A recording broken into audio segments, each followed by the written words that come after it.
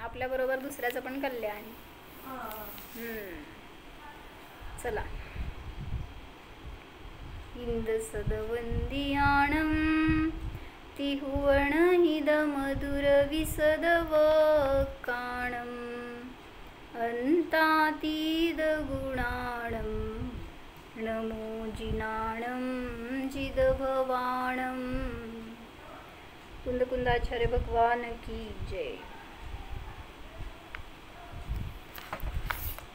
तर अशा प्रकारे कालद्रव्य व्याख्यानम समाप्तम.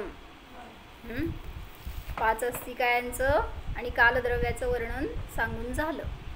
आता उपसंहार करतायत पहिल्या अधिकाराचा 2 गाथांमध्ये. अस्तिकाय वर्णनाचा 2 गाथांच्या द्वारे तात्पर्यरूप उपसंहार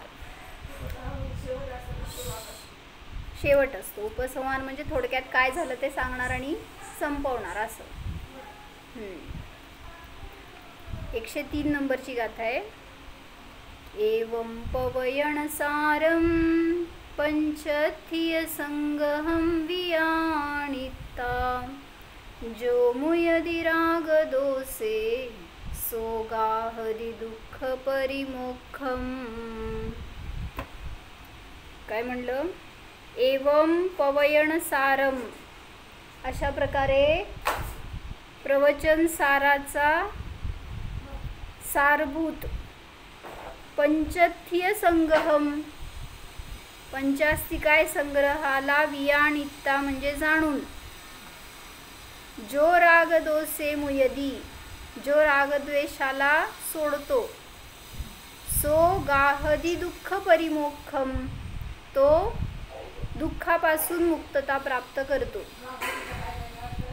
ग्रहण करतो. गाहते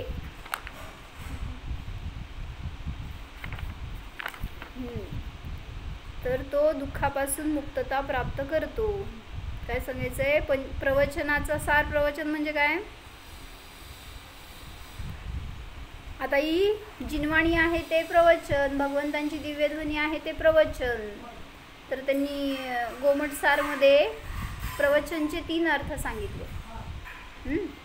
प्रकृष्टम वचनम यस्य सह प्रवचनम, ज्याचे प्रकृष्ट वचन असतात असे ते प्रवचन म्हणजे भगवान झाले. नाही, ज्यांचे वचन प्रकृष्ट असे ते भगवान म्हणताना प्रवचनचा अर्थ घेतला. ज्यांचे वचन म्हणजे कोणाचे? भगवंतांचे वचन. म्हणून प्रवचनचा अर्थ देव झाला. 3 येणार आहे तो. प्रवचनचा अर्थ देव, शास्त्र, गुरु 3 घेणार. मग ज्यांचे वचन प्रकृष्ट आहेत असे कोण? ते भगवान, ते प्रवचन आहेत असं म्हणायचं त्यांना. मग पुढं सांगितलं प्रकृष्टम, नाही त्याला पण म्हणलं की आता ती वाणी आहे ना, प्रकृष्टेनं, मला नीट आठवे ना ते व्युत्पत्ती काय केली. प्रकृष्ट रूपाने जे कथन केलं गेलं अशी ती वाणी, त्याला प्रवचन म्हणलं किंवा शास्त्र. आणि असं 3 गोष्टी घेतल्यात. मी उद्या बघून सांगते. त्याला 3 विभक्ती करून प्रवचनचा अर्थ घेतलाय असा. आप्त,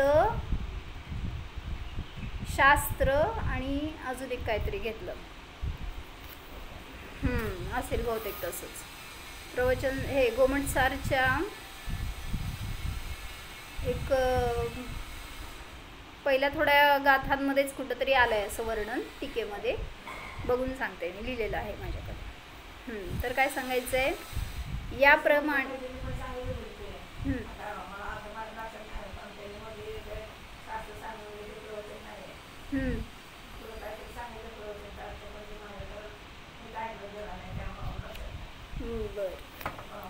म्हणजे प्रवचन म्हणजे आपण जे असं बोलतोय याला प्रवचन नाही म्हटलं. ॲक्च्युली प्रकृष्ट वचन आहेत ते, जे की तुमच्या स्वभावाला दाखवणारे तेच उत्कृष्ट वचन, त्याला म्हणायचं प्रवचन.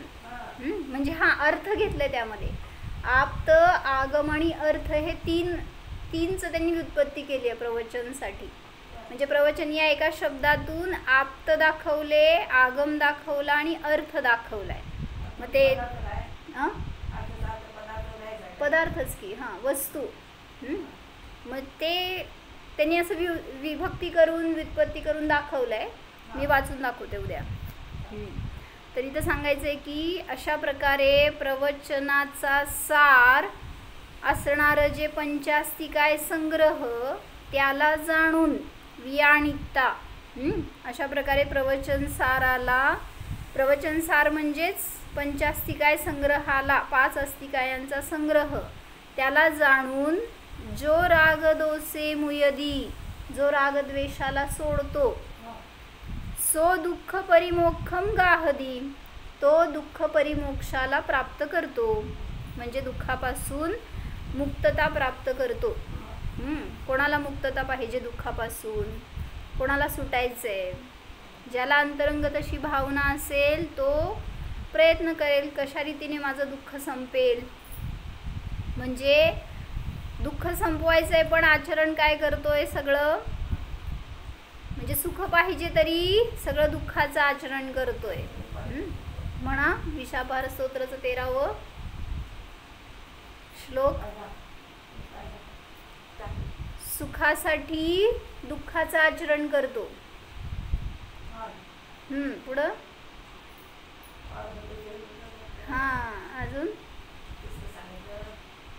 सुखाय दुःखानि गुणाय दोषान् धर्माय पापानि समाचरन्ति तैलाय बालाः सिकता समूहं निपीडयन्ति स्फुटमत्वदीयः. काय म्हटलं? सुखाय दुःखानी, दुःखाचं परिमोक्ष करायचंय तर दुःखाचं आचरण करून कसं संपणार आहे दुःख? म्हणून सांगतायत काय? सुखाय दुःखानी, सुखासाठी दुःखाचं आचरण करतोय, गुणांसाठी दोषाचं आचरण करतोय. गुणाय दोषानी, धर्माय पापानी समाचरंती, धर्माच्या नावाखाली पापाचं आचरण करतो. तर त्याला सांगितलं जसं कोणी वाळू रगडून तेल काढण्याचा प्रयत्न करेल तसं व्यर्थ आहे.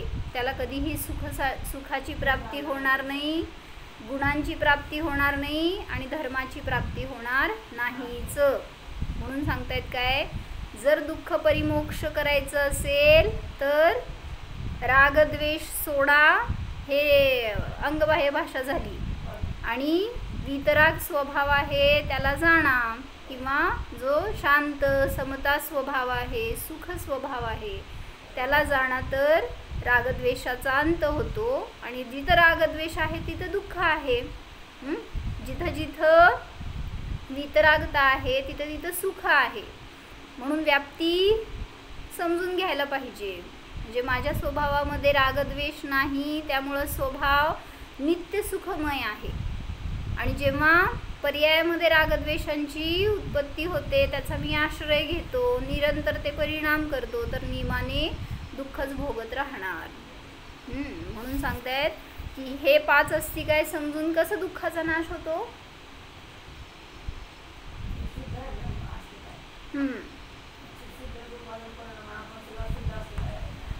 बरोबर.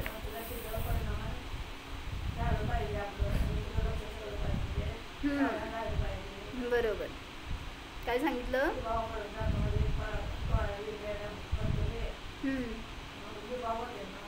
बरोबर. म्हणून इंद्रियांनी तुम्ही आत्म्याला ग्रहण करायला जाताय तर कधीच मिळणार नाही. तसंच हे जे अस्तिकाय आहेत, एक पुद्गल द्रव्य सोडा किंवा शुद्ध पुद्गल सुद्धा इंद्रियांचा विषय नाही आहे. जे जे इंद्रिय ग्राह्य आहे ते सगळं विभाव परिणमन आहे. जे जे शुद्ध स्वभावाला द्रव्य आहे ते अतिंद्रिय आहे, ते शुद्ध आहेत स्वभावाने. तर असं जे काय 5 अस्तिकायांचं वर्णन आपण आत्तापर्यंत वाचलं, जे सनाचार्यजींच्या टीकेमध्ये सगळीकडे अध्यात्म रूपाने तेच सांगितलं आहे. 5 अस्तिकाय समजून काय फायदा आपल्याला? तर त्या सगळ्या अन्य अस्तिकायांच्या वर्णनातून मी सुद्धा त्यांच्याप्रमाणे शुद्ध जीवास्तिकाय आहे हे जाणणं, याला उपादेयता सांगितली. बाकी सगळे तर माझ्यासाठी माझ्याहून भिन्न आहेत, पर आहेत. ते माझ्यासाठी ग्रहण करण्यायोग्य नाही, ते माझ्या सुखाचं कारण नाहीत. म्हणून शुद्ध जीवास्तिकायच माझ्यासाठी उपादेय आहे हे जाणायला पाहिजे. म्हणून 5 अस्तिकायांचं वर्णन समजून सांगतायत की प्रवचनाचा सार आहे तो 5 अस्तिकायांचा संग्रह. आणि जो जीव या 5 अस्तिकायांना जाणतो त्याच्या रागद्वेषाचा नाश होतो. मागे एकदा सांगितलं होतं. हे सगळं वर्णन ऐकून हां हां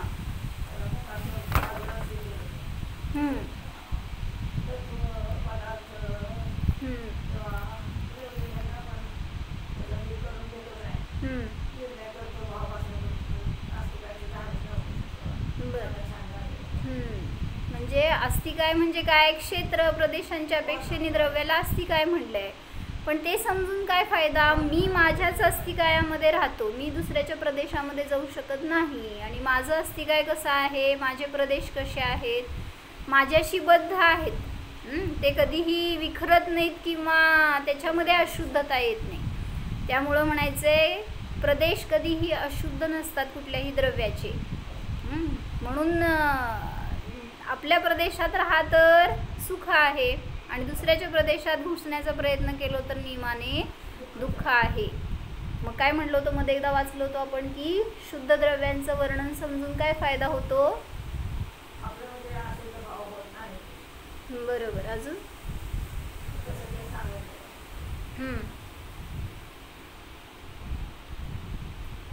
म्हणजे त्या ह्याच्यातनं वाचलो होतो ना आपण वर्णी प्रवचन मधून. शुद्ध द्रव्यांचं वर्णन किंवा हे सगळे जे 5 अस्तिकाय आहेत, जीव पुद्गल सोडा ज्याचं विभाव परिणमन आहे, मग त्यांचं पण जे स्वभाव परिणमन रूप आहेत जीव पुद्गल आणि हे बाकी अन्य सगळे द्रव्य, त्या सगळ्या द्रव्यांचं वर्णन समजून काय फायदा असं विचारलं होतं एक ठिकाणी. मग त्याचं उत्तर काय दिलं होतं? रेश्मा काकी शास्त्र घेऊन बसा.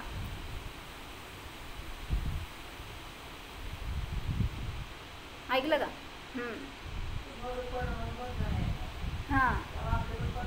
हां तर त्याचं उद्देश सांगितलं, जे म्हणतो ना शास्त्र तात्पर्य आणि सूत्र तात्पर्य काय आहे?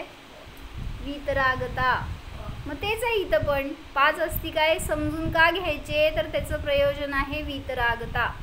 म्हणून म्हटलं की कुठलंही शास्त्रातलं वचन असू देत ते वीतरागतेकडे नेणारं असतं.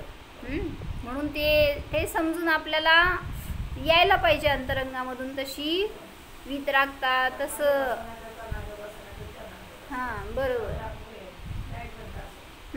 4ही अनुयोग असू देत तरी सुद्धा ते तुम्हाला काय शिकवतात, त्यातून काढण्याची कला यायला पाहिजे फक्त. जसं तुम्ही आता न्यायातून शिकताय कसं वीतरागता प्राप्त करायची, कशा प्रकाराने अनेकांत स्वरूप आत्म्याला ग्रहण करायचं, कशा प्रकाराने स्यादवादाचं अवलंबन घ्यायचं, त्यातून सुद्धा प्रयोजन हेच आहे की वीतरागता किंवा समता किंवा स्वसंवेदन, अनुभूती, अतींद्रिय आनंद. तर ह्या ग्रंथाचा सुद्धा सार एवढाच आहे की तुम्हाला शुद्ध स्वरूपाची प्राप्ती हो. तर आता 103 गाथेचं टीका आहे. आहे का ग्रंथ? म्हणली की गाथा मी. एवं पवयण सारम पंचथ्य संगहम वियाणिता. अशा प्रकारे प्रवचनाचा सारभूत पंचास्तिकायचा संग्रह जाणून जो मुयदी राग दोषे, जो रागद्वेषाला सोडतो, सो गाहदी दुःख परिमोक्षम. वाचली ना ही गाथा? तो दुःख परिमोक्षाला प्राप्त करतो. जो रागद्वेषाला सोडतो असं म्हणणं बाहेरून कथन आहे. जेव्हा आत्म्याला जाणतो त्यावेळेस तिथं रागद्वेष राहत नाहीत. हां तत् अवबोध फलपुरस्सरः पंचास्तिकाय व्याख्या उपसंहारः अयम्. तत् अवबोध पुरस्सरः त्याच्या ज्ञानाच्या पुरस्सर म्हणायचं आहे. अवबोध म्हणजे ज्ञानाचं फळ, वास्तविक पंचास्तिकायाच्या जाणण्याचं फळ सांगून त्या पंचास्तिकायाच्या व्याख्यानाचा हा उपसंहार करतात. म्हणजे आतापर्यंत सगळं सांगितलं या अधिकारामध्ये 5 अस्तिकाय जाणण्याचं फळ काय आहे आणि त्यापूर्वक आता त्याचा उपसंहार करतात. त्याचं फळ समजून घेऊन आपण त्याचं स्वतःसाठी अवलंबन घेणं आवश्यक आहे. त्यातून माझा जीवच माझ्यासाठी उपादेय आहे, अन्य सर्व द्रव्य हेय आहेत, नेय आहेत. न खलु काल कलित पंचास्तिकायेभ्यः अन्यत् किमपि सकलेन अपि प्रवचनेन प्रतिपाद्यते. काय म्हणलं? खरोखर कालकलित, कलित म्हणजे सहित, कालाने सहित 5 अस्तिकायापासून भिन्न कोणतं देखील सकलेन अपि प्रवचनेन प्रतिपाद्यते. वास्तविक रूपाने संपूर्ण म्हणजे द्वादशांग रूपाने विस्तृत प्रवचन कालसहित 5 अस्तिकाय सोडून अन्य काहीही प्रतिपादन करत नाही. कुठलीही जिनवाणी घ्या, कुठलंही वचन घ्या, कुठलीही श्लोक स्तोत्र काही घ्या, त्याच्यामध्ये 5 अस्तिकाय आणि 1 कालद्रव्य म्हणजे 6 द्रव्य सोडून अन्य कशाचंही वर्णन नाही, हे सांगायचं आहे. म्हणजे कारण जिनवाणी याच्यानीच बनलेली आहे, हे तर बेस आहे. त्यामुळं सगळीकडं तुम्हाला आता आत्मा आपण सगळीकडं प्रयोजन काढतोय, पण वास्तविक सगळ्या गाथांमध्ये, सगळ्या विश्लेषणांमध्ये साहिद्रव्यांचं वर्णन येते. पण मला प्रयोजनभूत नाही आहेत ते सगळे बाकीचे, म्हणून आपण जीवाचं वतकथन त्यातून समजून घेतो. जसं आता ही 102 नंबरची गाथामध्ये तर सगळ्याच द्रव्यांचं वर्णन आलं. काल, आकाश, धर्म, अधर्म, पुद्गल, जीव हे सगळे द्रव्य आहेत आणि कालाला अस्तिकायत्व नाही. आता कुठली तरी अशी एखादी गाथा वगैरे घ्या ज्याच्यामध्ये 5-6 द्रव्य आपण घटवू शकतो, म्हणजे आपण काढायला पाहिजे अर्थ त्यातून, तर समजणार. जसं समयसारची पहिली गाथा म्हणा. वंदितु सौवसिद्धे धुवमचल मनोवमं गईं पत्ते ओछामि समय पाहुड मिणमो सुद केवली भणिदम. आता या गाथेमध्ये किती द्रव्य येतो? 6 द्रव्य येणार आहेत. तेच की कसं काढा की आपण प्रयोजनभूत फक्त सिद्ध स्वभाव काढतोय, त्यातून तेच ग्रहण करण्यायोग्य आहे हे समजायला पाहिजे अवश्य. पण असं सगळ्या गाथांमधून, सगळ्या कथनांमधून भगवंतांना 6 द्रव्यांचं प्रतिपादन करायचं असं इथं सांगतायत. म्हणून आपण एक काढून बघू. सांगा, पहिल्या गाथेत सिद्ध म्हणजे जीवद्रव्य सांगितलं, किंवा तो माझा स्वभाव सिद्ध आहे, तो जीव आहे. दुसरे द्रव्य सांगा. वंदितु सौव सिद्धे म्हणत असताना जीवाची सिद्धी झाली. पुढं पुद्गल, धर्म, अधर्म, आकाश, काल कसे आहेत त्याच्यामध्ये?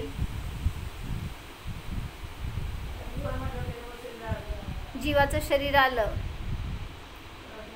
म्हणून पुद्गल आहे, किंवा सिद्ध म्हणून जिथे 1 द्रव्य तिथे 6 द्रव्य असतातच. असं शॉर्टकटमध्ये जयश्रीमाननी संपवलं. सांगा सुजाता काकी. स्वयंसिद्ध असल्यामुळे सगळे द्रव्य स्वयंसिद्ध आहेत, बरोबर. त्यामुळे ते सिद्ध एका शब्दातच त्यांनी घटवले 6 द्रव्य. बघा आता आम्हांसारखं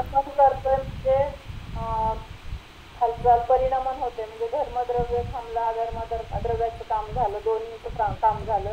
तिथं ते परिस्थिती बदलली म्हणून तिथं कालद्रव्याचं काम झालं, आणि त्या आकाशद्रव्यामध्येच हे सगळं आहे म्हणून आकाशद्रव्याचं पण बरोबर. तर काय घेतलं? सिद्ध म्हणत असताना जीवाची सिद्धी झाली. पुन्हा जाऊन सिद्धशिलेवर विराजमान होतो तो जीव. ध्रुव अचल अनुपम गतीला प्राप्त होतो असं घेतलं ना. मग आता ते व्यवहाराने त्या सिद्धशिलेवर गेला आणि निश्चयाने ज्ञान स्वभावाला प्राप्त झाला. मग जेव्हा सिद्धशिलेवर विराजमान झाला असं म्हणतो, त्यावेळेस तिथं असणारं ते जे सिद्धशिला वगैरे जे घेतला ते पुद्गल वर्गणा त्याच रूपाने असलेले ते झालं पुद्गल अस्तिकाय. पुढं जाऊन विराजमान झाला हे सांगतो, त्यापुढं जात नाही हे सांगतो. हे सगळं धर्मद्रव्याचं कथन. परत तिथं जाऊन स्थिर झाला, थांबला हे सांगितलं, अधर्मद्रव्याचं कथन. आणि त्या ठिकाणी असणारी जागा दिली आकाशद्रव्यांनी, ते आकाशद्रव्य सांगितलं. आणि परिणमन झालं, संसार दशेचा अंत झाला आणि सिद्ध अवस्था प्रगट झाली, किंवा अज्ञान दशेचा नाश झाला आणि केवळ ज्ञान दशा प्रगट झाली, किंवा ज्ञान स्वभावाला जाणलं, असं परिणमन झालं जे काय, तिथं कालद्रव्याची सिद्धी झाली. तर अशा प्रकारे सर्व सिद्धांना नमस्कार करून जे कसे आहेत ध्रुव अचल अनुपम स्वभावाला प्राप्त झालेले गैमपत्ते वोच्छामी समय पाहुड, समय या शब्दाने सुद्धा साही द्रव्ये सांगितली परत। मग वोच्छामी समय पाहुडम इणमो सुद केवली भणिदम, हे सगळं कोणी सांगितलेलं आहे? श्रुत केवलींनी सांगितलेलं आहे। असं आपण प्रत्येक गाथेमध्ये त्या द्रव्यांचं अस्तित्व आहे हे दाखवलं जाईल। ते बघण्याची शैली पाहिजे फक्त आपल्याला। कुठलंही द्रव्य असू देत, कुठलंही कथन असू देत, कुठल्याही अनुयोगाचा असू देत, तर त्यातून आपल्याला तो सार समजू शकतो। तर मला काय सांगायचं होतं? हां, दीपाली भाभी आहे का माझ्यासमोर? तुम्ही हां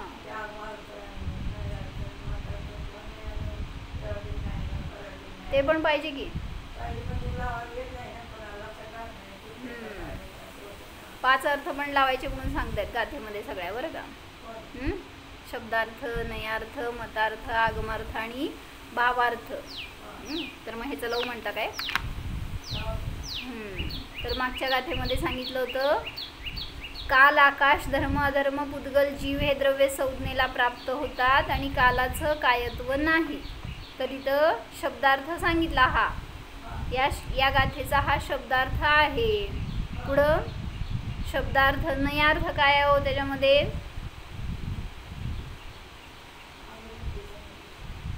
नयाचं म्हणजे निश्चय नयाने हे सर्व द्रव्ये शुद्ध आहेत।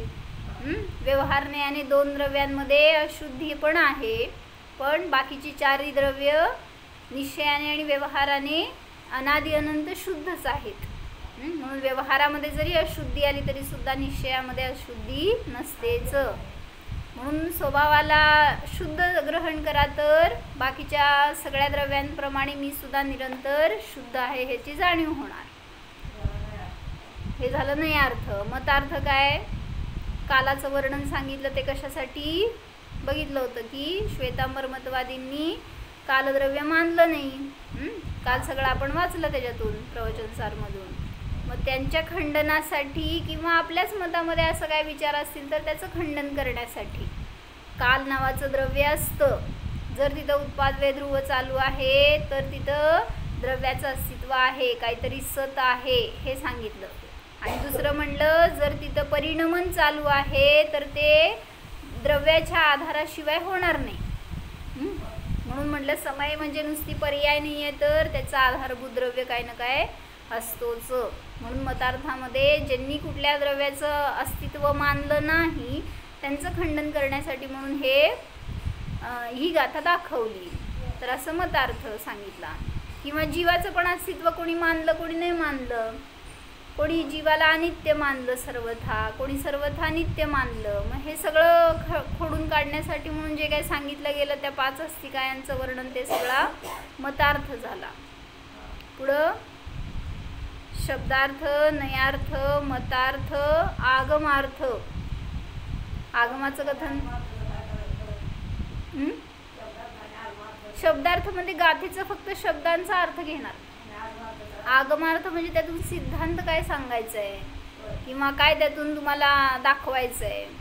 म्हणजे काय एक असलेले अनेक गोष्टींमध्ये शास्त्रातले तात्पर्य आलेले असतात कुठं कुठं, मग त्या ग्रंथाचा सार काय आहे वगैरे हे सगळं सांगितलं जाईल ते आगमार्थ। सिद्धांतच एक लावले जातात जिथं, ते झालं आगमार्थ। जसं आता हे सगळे द्रव्य आहेत हे सिद्ध केलं तर आगमार्थ लागतो काय? उत्पाद वे द्रव्ययुक्तम सत, गुणपर्यव द्रव्यम आणि उत्पाद वे ध्रुवयुक्त काय सद्द्रव्य लक्षणम, अशी तिन्ही सिद्धांत वचन ह्याच्यामध्ये लागतात की हे लक्षण ज्याच्यात आहे ते द्रव्य आहे, त्यामुळे ही साही काय आहे? द्रव्य आहेत। आणि कालाला कायत्व नाही असं वेगळं काढून प्रदेशाचं कथन करून दाखवलं। तर आगमार्थ आणि भावार्थ काय? म्हणून या 6 द्रव्यांप्रमाणे माझं सुद्धा एक 6 द्रव्यांप्रमाणे माझं सुद्धा एक द्रव्य आहे। मग त्या स्वतःच्या द्रव्याचं अस्तित्व जाणीवेत घ्यायला पाहिजे, हा भावार्थ आहे। म्हणजे मला हे सगळे द्रव्य समजून काय फायदा आहे? तर त्यामध्ये मी पण एक स्वतंत्र द्रव्य आहे, ह्या कोणाच्यामध्ये मी मिसळायला जात नाही जसं ते कोणामध्ये मिसळत नाही।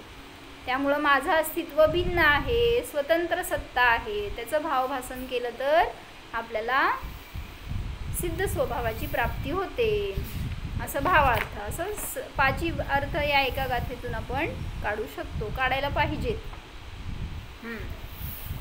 बरोबर बोला दीदी. हां, ते गोमटसारमध्ये प्रवचनचे 3 अर्थ घेतलेत, ते पाहिजे होते मला. आहेत का माहिती? त्यांनी व्युत्पत्ती केली आहे. कुठला ह्याच्यात माहिती? कुठला अधिकार? पहिल्या एक थोड्या गाथामध्येच आहे, मध्ये टीका घेतली आहे ना, जिथं ग्रंथ सुरू होतो तिथं. एक पहिल्या दुसऱ्या गाथेत बघा, किंवा लई तर 10-15 गाथेच्या दरम्यानच, पहिल्या दुसऱ्या गाथेतच असेल. मधली टीका जिथं घेतली आहे तिथं त्यांनी 3 व्युत्पत्ती केलेत प्रवचनचे. प्रकृष्टम वचनम यस्य सह प्रवचनम असं घेतलं. प्रकृष्टेन वाच्य असं काहीतरी घेतलं, मला व्युत्पत्ती लक्षात येईना ती. तर ते 3 मला प्रवचनचे अर्थ पाहिजे होते, ज्याच्यामध्ये आप्त, आगम आणि अर्थ असा केला अर्थ होते. प्रवचनचा अर्थ हे 3 अर्थ आहेत असं दाखवलं. मिळालं तर बघा, नाही तर मग उद्या सांगतो. तर इथं काय घेतलं आपण? न खलु काल कलित पंचास्तिकायेभ्यः अन्यत् किमपि सकलेन अपि प्रवचनेन प्रतिपाद्यते. खरोखर कालासकट 5 अस्तिकायांना सोडून संपूर्ण रूपाने काही देखील प्रवचनाचा अन्य अर्थ नसतो. म्हणजे काय अन्य सांगायचं नाही आहे, त्या सगळ्या प्रवचनातून हेच सांगायचं आहे. काय? कालद्रव्य सहित 5 अस्तिकाया आहेत, म्हणजे याला सोडून अन्य काही नाही आहे, हेच सगळ्या प्रवचनांचा सार आहे. पुढं ततः प्रवचन सारः एव अयं पंचास्तिकाय संग्रहः. म्हणून प्रवचन सार म्हणजेच पंचास्तिकाय संग्रह आहे. 2 ग्रंथ का लिहिले? म्हणून प्रवचन सारच हा पंचास्तिकाय संग्रह आहे. ॲक्च्युली तर प्रवचन सार म्हणून ग्रंथाचं नाव नाही घ्यायचं आहे. प्रवचन सार म्हणून या सगळ्या प्रवचनाचा सार काय आहे तर पंचास्तिकाय संग्रह आहे हे सांगायचं आहे. पंचास्तिकाय संग्रह म्हणजे प्रवचनाचा, सर्व प्रवचनाचा सारच आहे. यह ही नाम अमुम समस्त वस्तुतत्व अभिधायिनम अर्थतः अर्थितया अवबुद्ध्य अत्र एव जीव अस्तिकाय अंतर्गतम आत्मानं स्वरूपेण अत्यंत विशुद्ध चैतन्य स्वभावं निश्चित्य परस्पर कार्यकारणीभूत अनादि रागद्वेष परिणाम कर्मबंध संतती समारोपित स्वरूप विकारम तदात्वे अनुभूयमानम अवलोक्य तत्काल उन्मीलित विवेक ज्योतिः कर्मबंध संतती प्रवर्तिकाम रागद्वेष परिणतिम अत्यस्यती. एवढं बघू, परत अजून पुढं अजून वाक्य मोठं आहे, एकच वाक्य घेतलंय. काय सांगितलं अर्थ?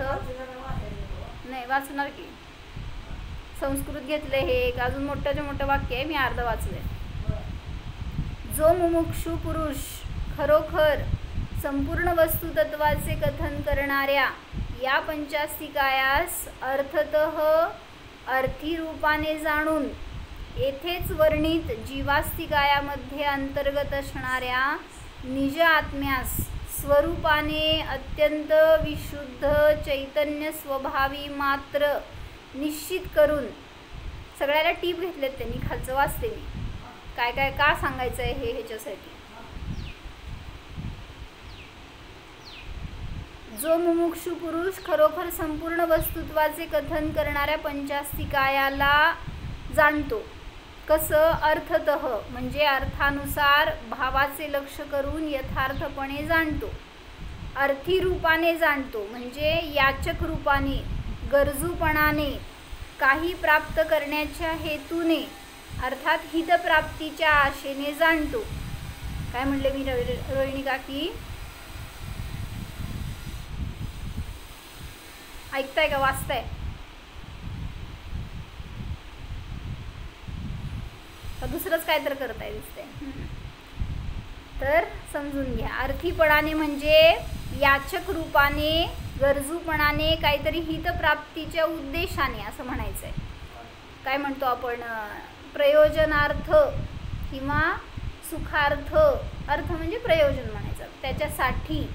मग हे ग्रंथ का वाचतोय, तर हिताच्या प्राप्तीच्या आशेने. यथार्थपणे हिताची प्राप्तीचा आशय जाणून येथेच वर्णित जीवास्तिकायामध्ये अंतर्गत असणाऱ्या निज आत्म्यास स्वरूपाने अत्यंत विशुद्ध चैतन्य स्वभावी मात्र निश्चित करून, म्हणजे सगळ्या पंचास्तिकायाला जाणून. आता प्रयोजन सांगतायत, काय करतो मी, शुद्ध चैतन्य स्वभावाचा निश्चय करून. म्हणजे सांगतायत जीवास्तिकाय वर्णनामध्ये निज आत्मा समाविष्ट आहेच. जसे जीवास्तिकाय म्हणताना सगळेच जीवास्तिकाय आहेत ना. काय म्हणताय सुजाता काकी?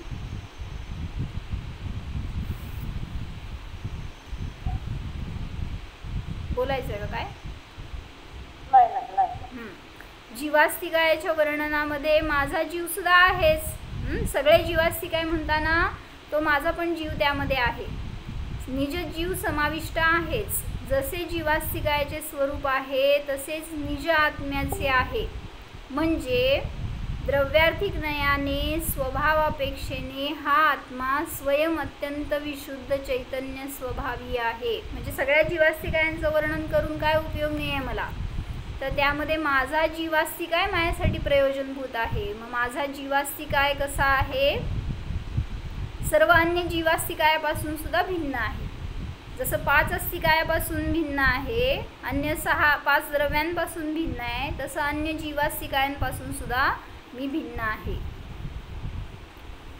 पुढं रागद्वेष कुठं गेलं, चैतन्य स्वभावी मात्र स्वभावाचा निर्णय करून परस्पर कार्य कारणीभूत अनादि रागद्वेष परिणाम व कर्मबंध परंपरा याद्वारा ज्यामध्ये स्वरूप विकार आरोपित झाला आहे. कार्यकारण कोणाचं सांगा आता, रागद्वेष परिणती झाली आणि कर्मबंध परंपरा चालू झाली. ह्याच्यामध्ये कार्य कोण, कारण कोण?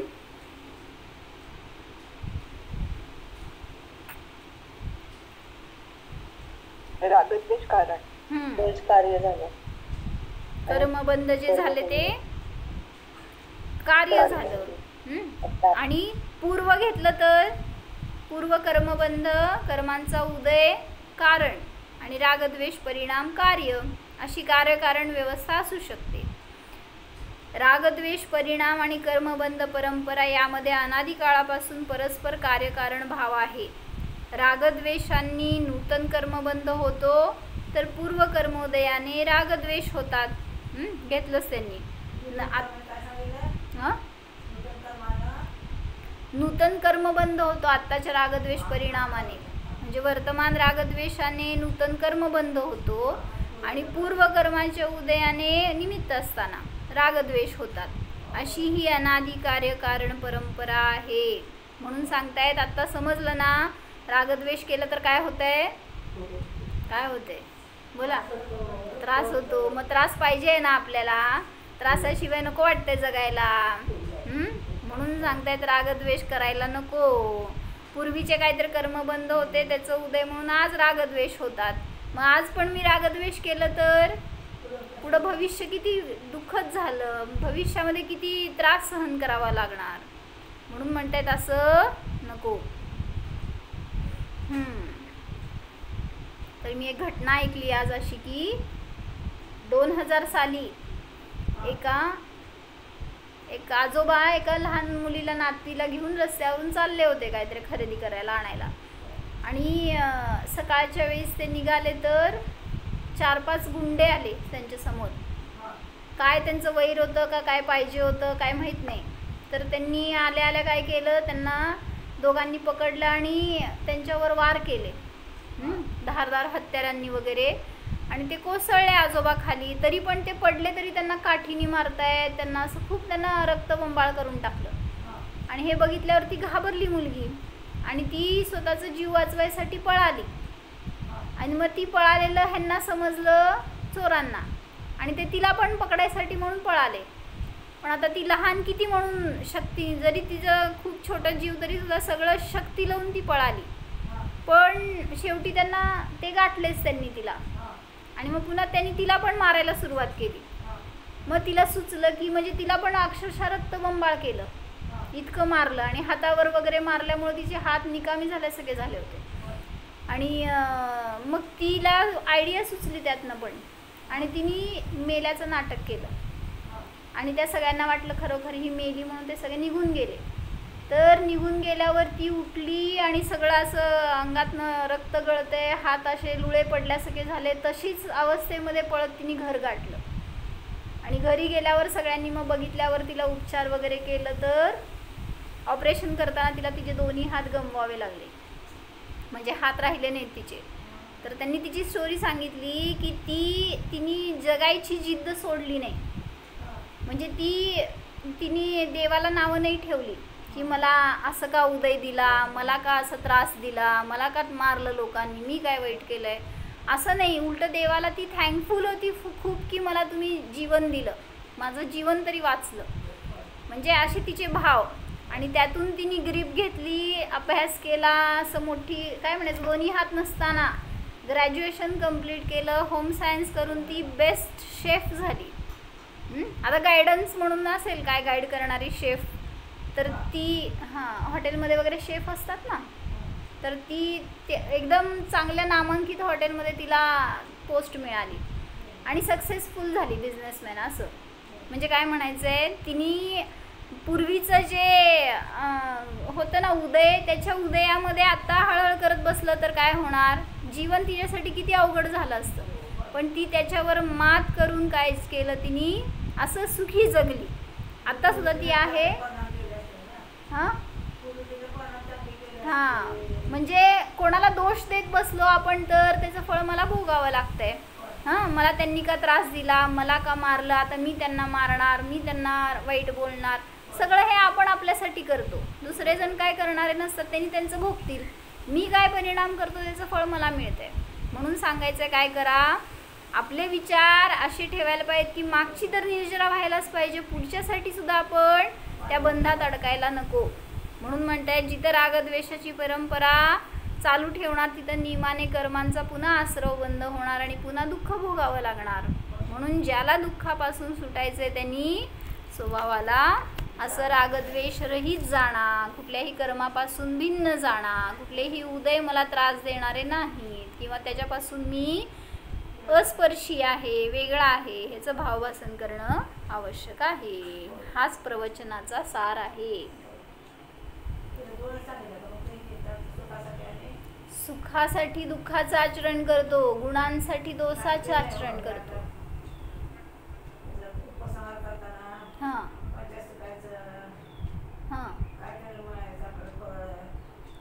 त्यांनी सांगितलं रागद्वेषाला जो सोडतो तो दुःखापासून मुक्त होतो.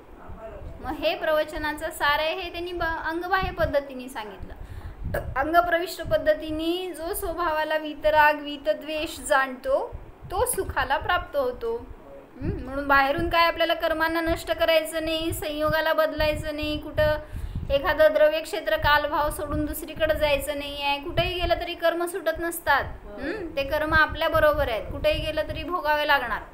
म्हणून एका ठिकाणी एखाद्या लोकांचा त्रास झाला म्हणून दुसऱ्या ठिकाणी गेलो आपण, मला हा संयोग नको, कशावरून तिथले लोक चांगले असणार. असं एक मुलगी होती आणि ती नवऱ्यापासून वेगळं राहते, तिच्याजवळ तिचा मुलगा आहे छोटा, पण तिची मानसिकता अशी आहे की सगळे लोक मला त्रास देतात, त्यामुळं तर सासर सोडलं. आता जिथं राहती तिथं फ्लॅटमध्ये सगळं व्यवस्थित होतं, पण शंका करायची एक सवय ना, तर बाहेरचे सगळे लोक मला इथं नावं ठेवतात, सगळे मला वाईट दृष्टीने बघतात, सगळे मला त्रास देतात, हे विचार करून ते राहतं घर सोडलं, दुसरीकडे गेली. परत तिथं गेल्यावर माहेरी राहिली पहिला, तर माहेरचे लोक सुद्धा मला त्रास देतात.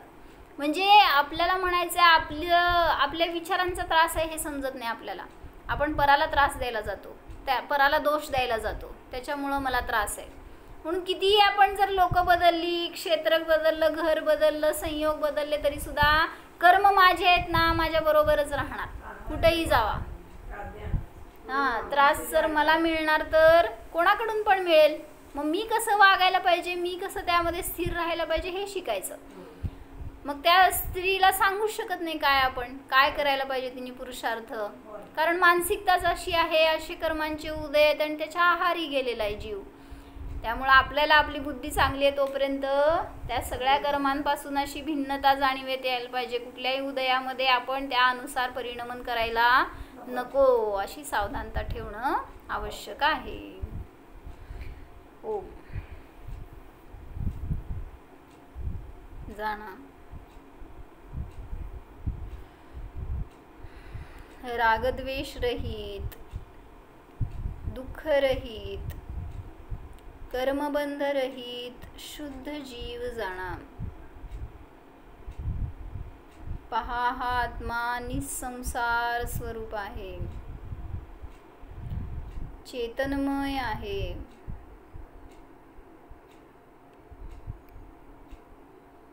सिद्ध स्वरूप आहे जाणा. मी आहेच अनुभवा.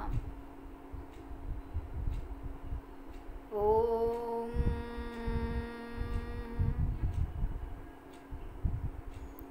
विसर्ज. नमो हरी.